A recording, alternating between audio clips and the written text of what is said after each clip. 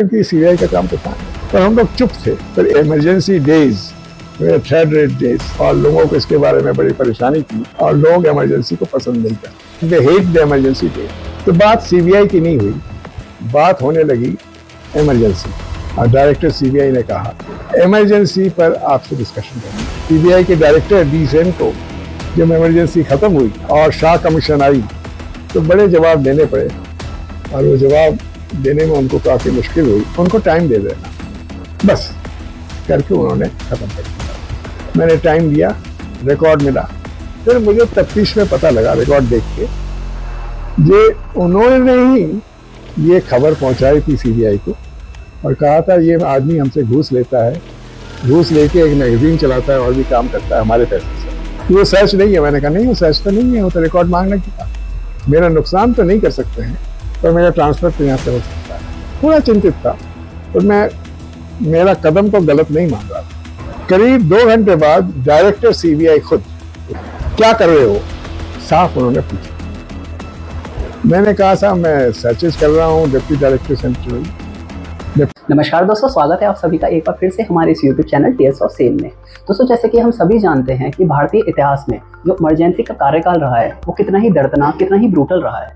लेकिन जैसा कि हम सब ने वीडियोस के माध्यम से या बहुत सी जगह पढ़ा है कि आम जनता को इमरजेंसी के दौरान कितनी मुश्किलों का सामना करना पड़ा। लेकिन आज के इस वीडियो में, आज के इस एपिसोड में हम जानेंगे कि ब्यूरोक्रेसी को या सीबीआई जैसी ऑर्गेनाइजेशंस को उस दौरान किस मुश्किलों का सामना करना पड़ा। इमरजेंसी के कार्यकाल में सर ने उस टाइम पे हो रहे करप्शन को, अपनी ड्यूटी को आगे लाके, अपनी मोरल वैल्यूज को आगे लाके उस दौर में भी करप्शन के खिलाफ आवाज उठाई, उसके तरफ काम करा। ऐसी चीजें इसमें जानने को आई होप आप सबको ये एपिसोड बहुत पसंद आएगा। So let's get started.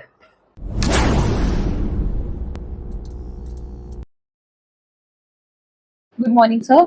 Sir, जो इमरजेंसी का टाइम है आज भी बहुत कंट्रोवर्शियल माना जाता है। सर 1975 में इमरजेंसी लगी तो हमें अभी भी पब्लिक ओपिनियन पता है, कहीं ना कहीं प्रिंटेड है public opinion, but what about government officials के ओपिनियन, उनको क्या इंसिडेंट फेस करने पड़े? जानना चाहें कि investigation agencies like CBI, bureaucracy, उनका के साथ क्या इंसिडेंट्स हुए, आपका क्या पर्सनल एक्सपीरियंस था? इमरजेंसी जून 1975, 50 साल हो गए, मेरी उम्र भी 50 साल हो गई।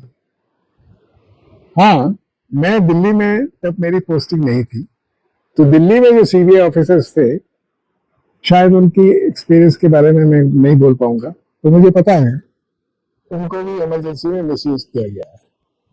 मेरे साथ जो एक एक्सपीरियंस है उसके बारे में मैं आपको साथ शेयर करना चाहता हूँ। मैंने CBI as a gazetted officer UPSC recruited 1963 में ज्वाइन किया।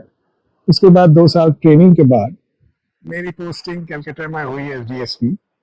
उसके बाद मेरी दिल्ली पोस्टिंग हुई और फिर मेरी प्रमोशन हुई 1971 में, और मैंने 1972 जनवरी में मुझे एक ब्रांच ऑफ कलकत्ता का चार्ज मिला। वो था इकोनॉमिक ऑफेंसेस में। कलकत्ता सबसे बड़ा आउटसाइड दिल्ली सीबीआई का यूनिट था, सबसे पुराना भी था। सबसे पहले दिल्ली में ही और लाहौर में सीबीआई ब्रांचेस खुले थे। इस जमाने में उसका नाम था स्पेशल पुलिस एस्टेब्लिशमेंट। अब सीबीआई में धीरे धीरे एसपीज की पोस्टिंग होती रही। अल्टीमेटली बाय 75 सीबीआई में 4 एसपीज थे, और सीनियर मोस्ट एसपी जो था उसको SP1 कहा जाता था, SP1 कलकत्ता। और 1976 अर्ली इमरजेंसी के बाद मेरी पोस्टिंग एज SP1 कलकत्ता हो गई, और SP1 सारा anti corruption work in West Bengal, जो इसमें सेंट्रल गवर्नमेंट और पब्लिक सेक्टर्स के ऑफिसर्स इन्वॉल्व होते थे, उसको संभालना उसका काम था। तो मैं कुछ दिन पहले ही SP1 बना था, और ये मेरे लिए गौरव का था, क्योंकि ये पोस्ट साधारणतः जो इंडियन पुलिस सर्विस से डेपुटेशन में आते थे उन्हीं को मिलता था, और दो officers of Indian police service के ऑलरेडी सीबीआई में थे उस टाइम कलकत्ता में। पर मुझे सीबीआई का ऑफिसर जो है, सीबीआई का इंसाइडर है, उसको ये चार्ज मिला था, तो मेरे लिए गौरव का था, क्योंकि ये फर्स्ट बार। मैंने चंद महीने वहां काम करने के बाद मेरे पास एक आदेश आया दिल्ली से डायरेक्टर सीबीआई का आदेश जिसे मैं कन्वे किया गया, एक अफसर हैं जिनका रैंक है डिप्टी कलेक्टर सेंट्रल एक्साइज, वो टबैको का एक्साइज कलेक्ट करते थे वेस्ट बंगाल में। कहा गया जो वो अपना पोजीशन को मिसयूज करके घूस लेते हैं, और ये खबर थी सीबीआई हेडक्वार्टर्स को कि एक कंपनी थी डालमिया टबैको कंपनी, जिसका हेडक्वार्टर्स कलकत्ता में था और जिसके हेड संजीव डालमिया थे और जिसके एग्जीक्यूटिव हेड एक इंडियन पुलिस सर्विस के अफसर थे जिन्होंने डायरेक्टर आईबी से चंद महीने पहले रिटायर किया है। तो शायद उन लोगों ने कन्वे किया, मुझे पता नहीं कैसे हेडक्वार्टर से खबर मिली, मुझे नहीं थी खबर, पर मुझे साफ आदेश आया कि आप डिप्टी कलेक्टर सेंट्रल एक्साइज के खिलाफ तफ्तीश शुरू करेंगे क्योंकि वो घूस मांगते हैं और घूस लेते हैं गोल्डन टबैको कंपनी जो संजय डालमिया चला रहा था, डालमिया कंपनी। पर उस आदेश में एक बात लिखी थी कि आप एक्शन तो लेंगे against the deputy collector central excise, but आप कोई coercive action under law golden tobacco company के खिलाफ नहीं लेंगे। ये ऑर्डर सरप्राइजिंग था क्योंकि जो घूस देता है और जो घूस लेता है दोनों ही मेरे नजर में और लॉ के नजर में दोनों ही क्राइम करते हैं, तो दोनों के खिलाफ ही एक्शन लेना था। आदेश में क्लियरली लिखा हुआ था कि आप कोएर्सिव एक्शन सिर्फ deputy collector central excise tobacco के खिलाफ लेंगे।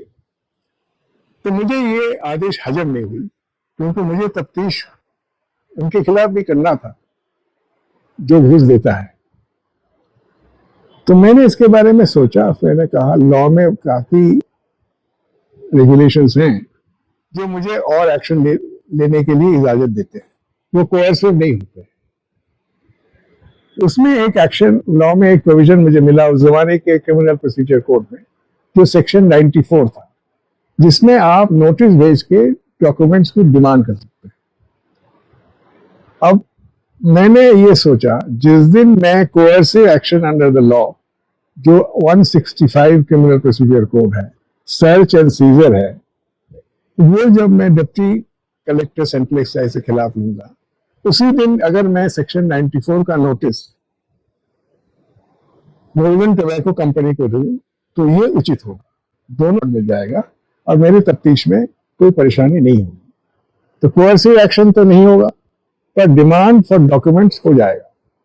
और मैंने तय किया कि ये डिमांड थोड़ा फोर्स ऑफ अथॉरिटी के साथ करूंगा, उनके पास मैं मेरे अफसर भेजूंगा, उनके साथ गवाह रहेंगे, उनके साथ कलकत्ता पुलिस के अफसर रहेंगे, तो उनको पता लगे सबको तो ये डिमांड है और डिमांड को आप उचित कर फौरन इसको तामील करें।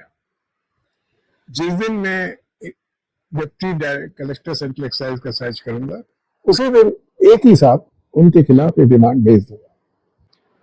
दिल्ली से फोन आया, एआईजी असिस्टेंट इंस्पेक्टर जनरल जो डायरेक्टर के अधीन काम करते थे, उन्होंने फोन किया कि मिस्टर सेन कलकत्ता में कोई सर्चेज हो रहे हैं डिप्टी कलेक्टर सेंट्रल एक्साइज में। नहीं, आप किसी कॉर्पोरेट फर्म में सर्च कर रहे हैं। मैंने कॉर्पोरेट फर्म में कोई सर्च नहीं हो रहा, कोई सर्च तो था नहीं, डिमांड फॉर डॉक्यूमेंट था। तो मैंने उचित समझा जितना उनको बताऊं और एक्सप्लेनेशन मैंने नहीं। ठीक है, 1.5 घंटे बाद जो जोनल डीआईजी होते हैं जो दिल्ली में बैठ के हमारे काम देखते हैं और काम को एक साथ करके डायरेक्टर के सामने, ज्वाइंट डायरेक्टर के सामने पेश करते हैं, एडिशनल डायरेक्टर के सामने पेश करते हैं, उनका फोन आ गया, अरे आप कोई सर्च कर रहे हैं कॉर्पोरेट फर्म का? मैंने कहा मैं कोई सर्च नहीं कर रहा। अच्छा, सर्च नहीं कर रहे हैं? नहीं, मैं सर्च सिर्फ डिप्टी डायरेक्टर का, डिप्टी कलेक्टर सेंट्रल एक्साइज जो है उनके खिलाफ सर्च हो रहा है, कोएर्सिव एक्शन अंडर 165 हो रहा है। इतना ही मैंने उनको कहा। उसके 1.5 घंटे बाद जो मेरे डायरेक्ट इंचार्ज थे और मेरे से 2 रैंक हाई थे, उनका फोन आया, नहीं आप सर्च कर रहे हैं। मैंने कहा सर्च तो नहीं कर रहा। तो फिर गोल्डन टबैको यहाँ पर कैसे आपके आदमी पहुंचे? मैंने कहा रिकॉर्ड लेने के लिए। सेक्शन 94 सीआरपीसी में मुझे पावर्स है, मैंने उनको रिकॉर्ड मांगा है। आप जानते हैं उन्होंने घूस दिया है, वो भी उनकी भी तफ्तीश होनी है, जो रिकॉर्ड मांगना है। तो मैंने उन्हें लंबी लिस्ट ऑफ रिकॉर्ड भेजी है और कहा है रिकॉर्ड प्रोड्यूस करिए। और मैंने 7 अफसर्स भेजे हैं, विटनेसेस भेजे हैं, पुलिस वाले भेजे हैं मदद करने के लिए। वो सर्च नहीं है, मैंने कहा नहीं सर्च तो नहीं है, वो तो रिकॉर्ड मांगने की। फिर इनके बातों से लगा कि उसे उन्होंने ठीक समझा नहीं, उसे उन्होंने समझा as a disobedience of head of his orders, जहां पर कहा गया था कि गोल्डन टोबैको कंपनी के खिलाफ कोई कोअर्सिव एक्शन नहीं होगा अंडर द लॉ, सिर्फ coercive action was permitted under the for the other accused deputy collector central excise.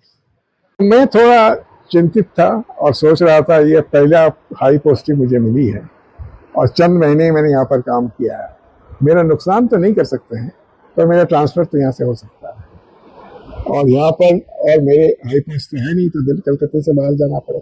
थोड़ा चिंतित था पर मैं मेरा कदम तो गलत नहीं मान रहा था। करीब 2 घंटे बाद डायरेक्टर सीबीआई खुद, उस जमाने में mister Devendra Sen Saxena director CBI थे, जो अपने आप को सेनी लिखते थे, डी सेन लिखते थे, उनका फोन आया। क्या कर रहे हो, साफ उन्होंने पूछा। मैंने कहा साहब मैं सर्चेस कर रहा हूँ डिप्टी डायरेक्टर सेंट्रल, और मैंने रिकॉर्ड मांगे हैं गोल्डन टोबैको से जिन्होंने घूस दिया है। किस सेक्शन में मांगा है? मैंने कहा सेक्शन 94 में। तो वो बड़े समझदार थे, बहुत इंटेलिजेंट थे, इसीलिए डायरेक्टर 7 साल रह चुके थे। उन्होंने कहा फिर ये सर्च और सीजर ऑपरेशन तो नहीं है? मैंने कहा नहीं, ये तो रिकॉर्ड मांगा है, तो फिर अगर वो चाहे टाइम रिकॉर्ड देने के लिए तो आपको टाइम दे सकते हैं उनको। मैंने कहा बिल्कुल, मैंने कहा है फौरन रिकॉर्ड दो, अगर वो टाइम मांगे तो मैं उनको मना नहीं कर सकता क्योंकि उनका वो हक है, सर्च सीजर तो नहीं है। तो अगर वो टाइम मांगे तो आप टाइम देंगे उनको? ये भी उन्होंने पूछा मेरे से। मैंने कहा बिल्कुल टाइम मांगेंगे, मुझे अधिकार भी है और मेरा काम भी होगा टाइम देना, तो टाइम मांगेंगे आपसे। उन्होंने अपनी तरफ से कहा टाइम मांगेंगे। फिर उन्होंने फोन डिस्कनेक्ट नहीं किया, मुझे थोड़ा आश्चर्य हुआ। उन्होंने कहा कि तुम जानते हो कोर्सिव एक्शन उनके खिलाफ मना था। मैंने कहा हाँ मना था, ये कोर्सिव एक्शन तो है नहीं, सेक्शन 94 में डिमांड किया है, वो दे ना दे, अगर ना दे तो फिर मैं नेक्स्ट स्टेप ले सकता हूँ, पर मेरा हक बनता है रिकॉर्ड का और मुझे रिकॉर्ड चाहिए। उन्होंने कहा क्यों मैंने शुरू से मना क्यों किया था पता है? खुद ही एक्सप्लेन करने लगे। विद्याचरण शुक्ला का नाम लिया और कहा ये आजकल आप तुम जानते हो मिनिस्ट्री ऑफ होम भी देखते हैं, कर्स नहीं देखते हैं। तो उन्होंने मुझे बताया था कि इनके जो ऑफिसर्स हैं गोल्डन टोबैको के, ये इंडियन टोबैको काउंसिल के मेंबर्स हैं, तो उनको मैं नहीं समझता था कि शर्मिंदा किया जाए, तो मैंने इसीलिए शुरू से ही मना कर दिया था कोर्सिव एक्शन कर ले। मैं चुप रहा। मैंने कहा सर कोर्सिव एक्शन तो मैंने नहीं लिया है। हाँ मैं समझ रहा हूँ कोर्सिव एक्शन तो मैंने नहीं लिया है, तो उनको टाइम दे देना, बस करके उन्होंने ख़त्म कर दिया।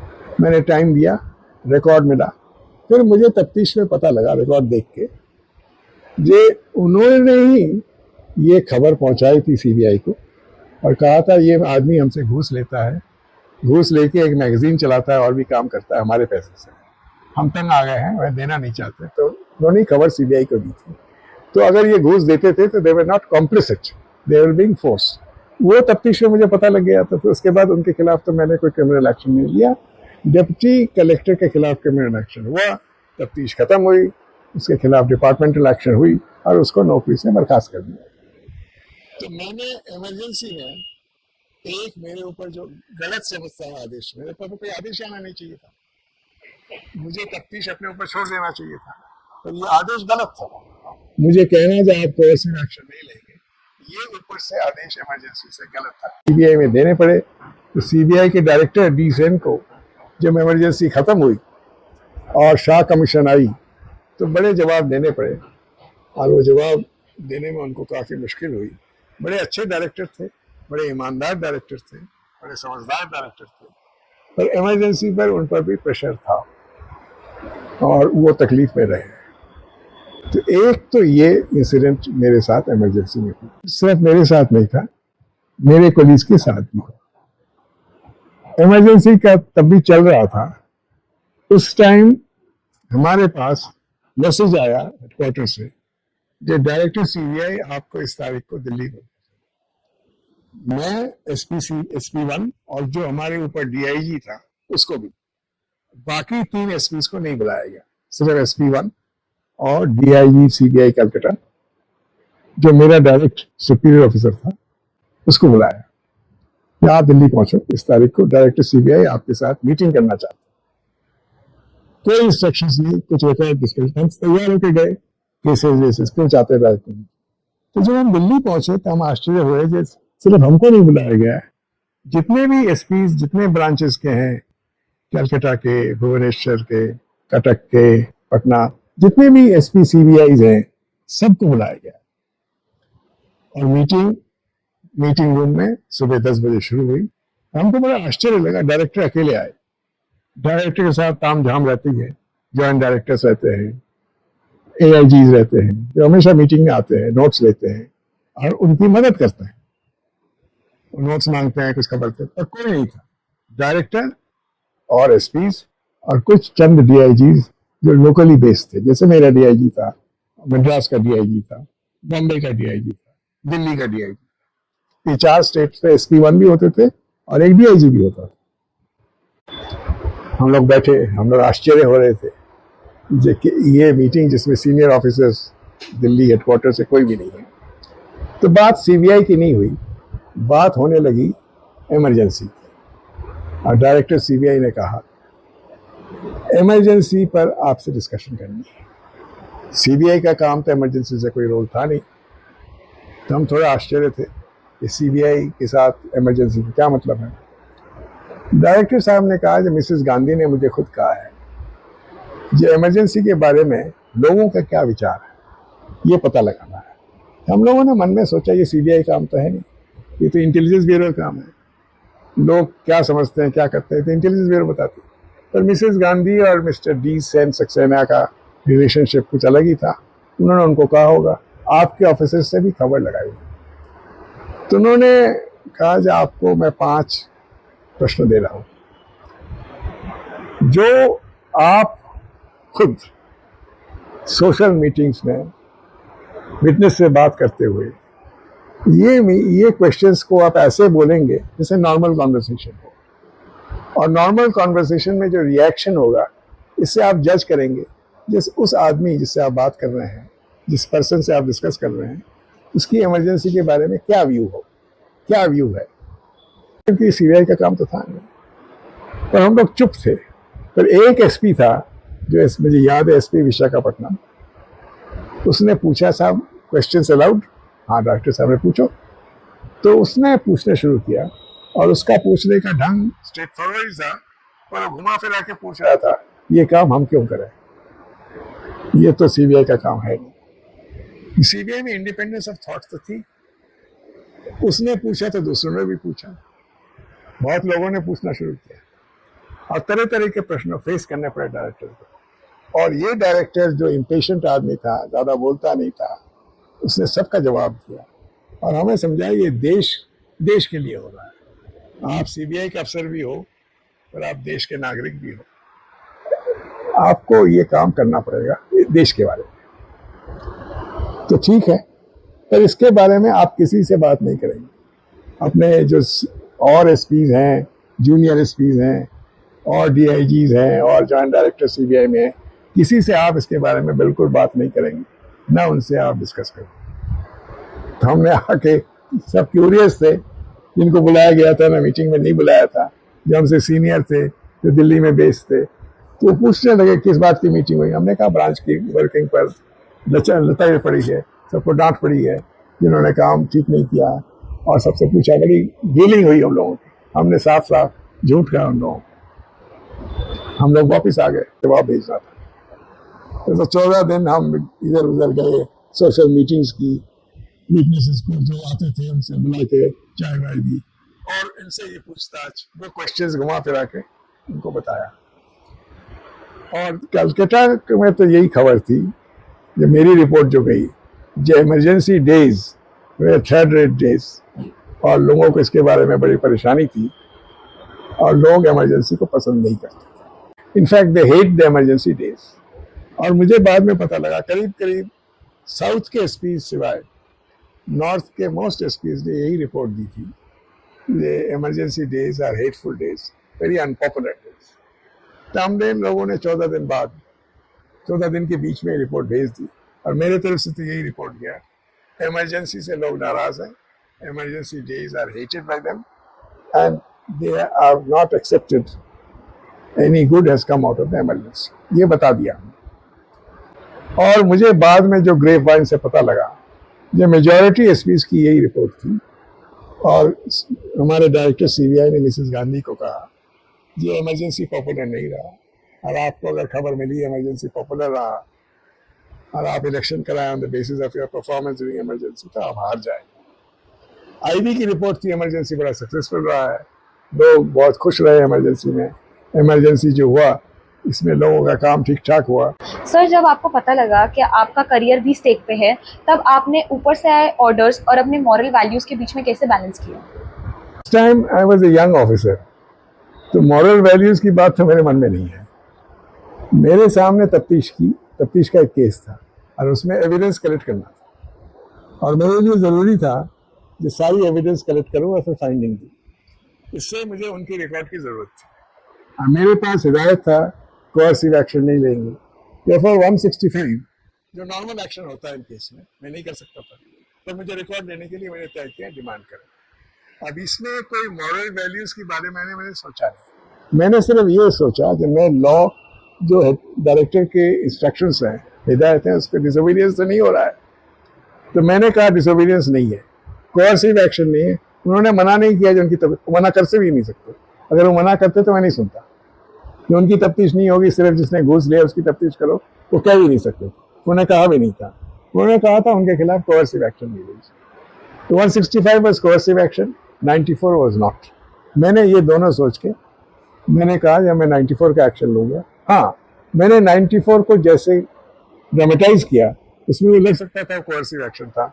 मैंने लोग भेज दिए, विटनेस भेज दिए, मैंने पुलिस ऑफिसर्स भेज दिए, मैं सिर्फ चिट्ठी भेज के उनसे रिकॉर्ड मांग सकता था, और वो जब मर्जी रिकॉर्ड देते।